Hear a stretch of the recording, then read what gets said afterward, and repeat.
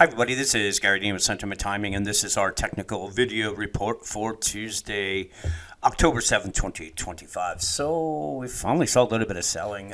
It wasn't really that much of a surprise, and really this is the main reason. I mean, the only thing is that these pullbacks that we've been getting from these divergences have been very, very quick, and you can see every time we've come near either testing one of the moving averages on the hourly chart, it got bid back up. So we made down to the, well, first of all, when we were up at the 67.50.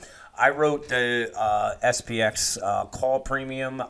We're doing the 67.60, 67.80s, and it was kind of a no-brainer trade. We went straight down from there. And I put that in the room so if anybody took a SPY trade, once we got down to this level here, I had said, I covered I could have kept them. It was only $200 I left on the table with it because when you sell the call premiums, you only get paid whatever you sold them for. So I just took them off. I didn't want any risk of a big bounce after that.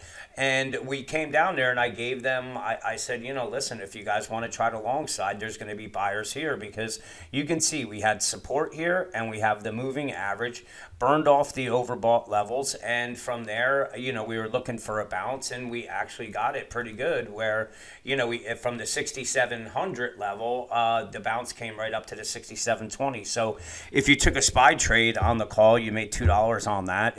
For something being in a trade for, a half hour, it's not a bad trade, making if depending on what you bought, but you can easily make $500 on it. So what do we do from here? I'm kind of open-minded. One thing that's standing out is this reverse symmetrical triangle. And if this is in play where you can see we came up, and we came down again, and if this is gonna be the play, then we could see a move coming back up to that 67.50, 67.60 level.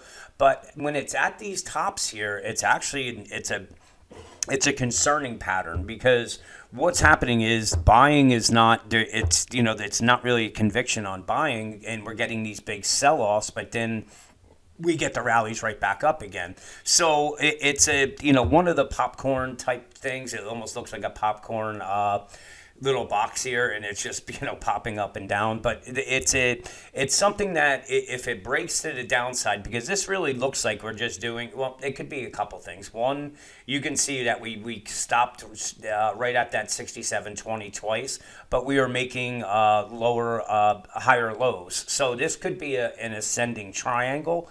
And if that's the case, then we're looking at a move coming back up into the 67.40 level if that plays out on it. Now, if we open up and the market is down, you can see if they take out this 6,700 level, we have support levels on the way, but we're really looking right around that 6680 is where we'd be looking for some type of bounce, but more likely we'd be coming down into the call support here, which is at the 6650. So if we open down, there's definitely going to be a little bit of risk where we could be coming down and testing that. And if we take a look at our other charts, hang on, well, never mind.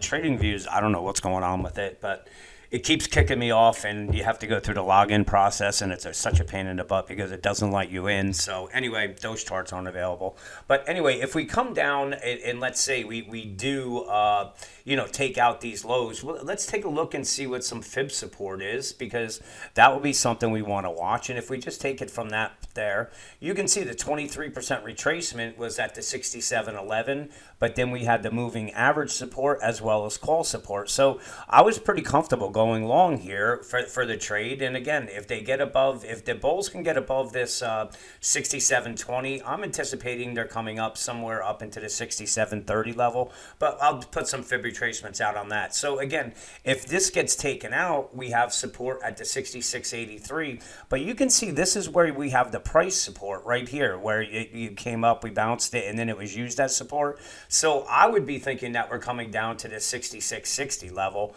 and that would be a decent place to possibly look for a long position. And then if we come down a little bit further, you just add it at the 66.50. Now below that, you start wondering what's going on. And I wouldn't really be comfortable running on the long side if we're taking out these support levels. So those would be the downsides. Again, on the upside, if the bulls can take out the 67.22, my guess is we're coming up somewhere in the 67.32, possibly even a little bit higher than that. But let's take a look at the 5-minute chart and see where some fib retracements would be and what would be some possible upside targets. So from here, whoops, sorry. Okay, so if we came up, you can say it's pretty much the same levels that I was just talking about, the 67.33, and this is really the congestion area right here, anywhere between the 67.20, 67.26. Above that, that's at 67.33 I just mentioned, and that's also price resistance.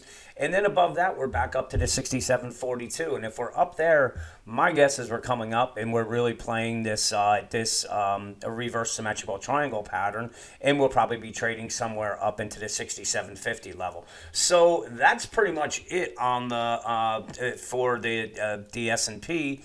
Taking a look at IWM, that got hit pretty good today, and let me just move to a chart that's a little less than that. Okay, so here you can see this kind of looks like we're just consolidating here. So you can see we have heavy resistance. It's a call resistance as well as these moving averages that are rolling over.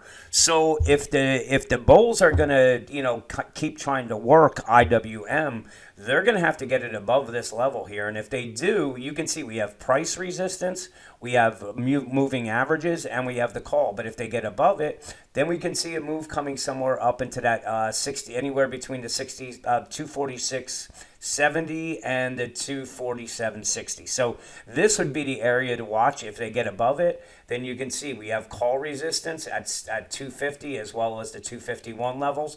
And I do believe we'll get there before the larger pullback that I'm anticipating is going to come. So these are going to be my upside targets. So if we come down, we just want to look for areas where to start building a position for that. And if they start getting taken out, then what happens is you have to start, realizing that this market has been running on bearish divergences. So if we get a dip that starts taking out support levels, we don't want to be guessing where the low is going to be, because as I said, we could be 10% lower than where we were up here. So even though I think the time periods, we still have a little more time for that, the time period's not always exactly right. So we're just want to take it, make sure support holds, and then we take out any resistance, and then that's going to be a clearer run for the move up.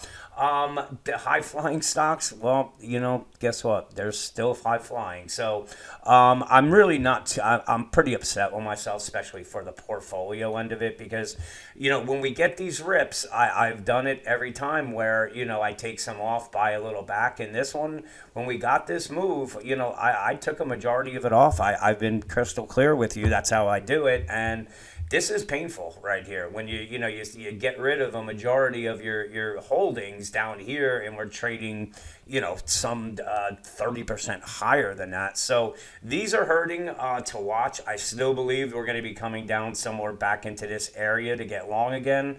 And if things get really ugly, say in that time period that I'm looking, then we just keep an eye on these. But actually, if I'm going to sit there and say, all right, where would it be the levels that I would buy, I would actually be looking to move these up now and saying this would be your buy area. This one worked.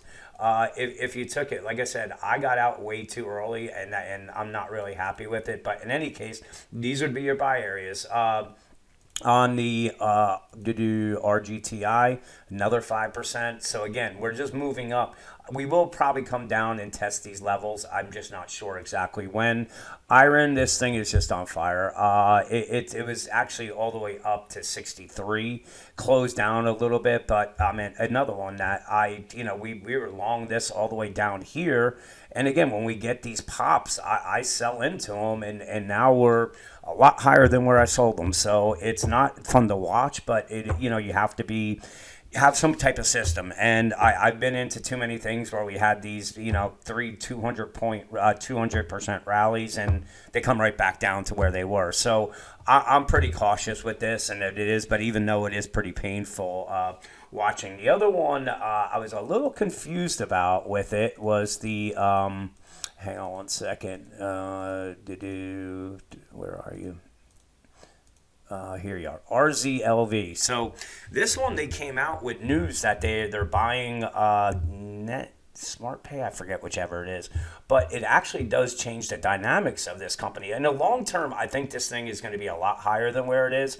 And remember, this is that inverted head and shoulders. So we came down, but originally we traded way up here. It was up almost 25 cents, and then it just sold off with the market on it. But I still like this. If you can buy it anywhere in these areas here, and if you have a little bit of a time frame of 6 to 12 months, I think this thing is going to be in the mid 20s before everything is said and done. So let's see what plays out tomorrow. Have a fantastic night, and I'll talk to you guys in the morning.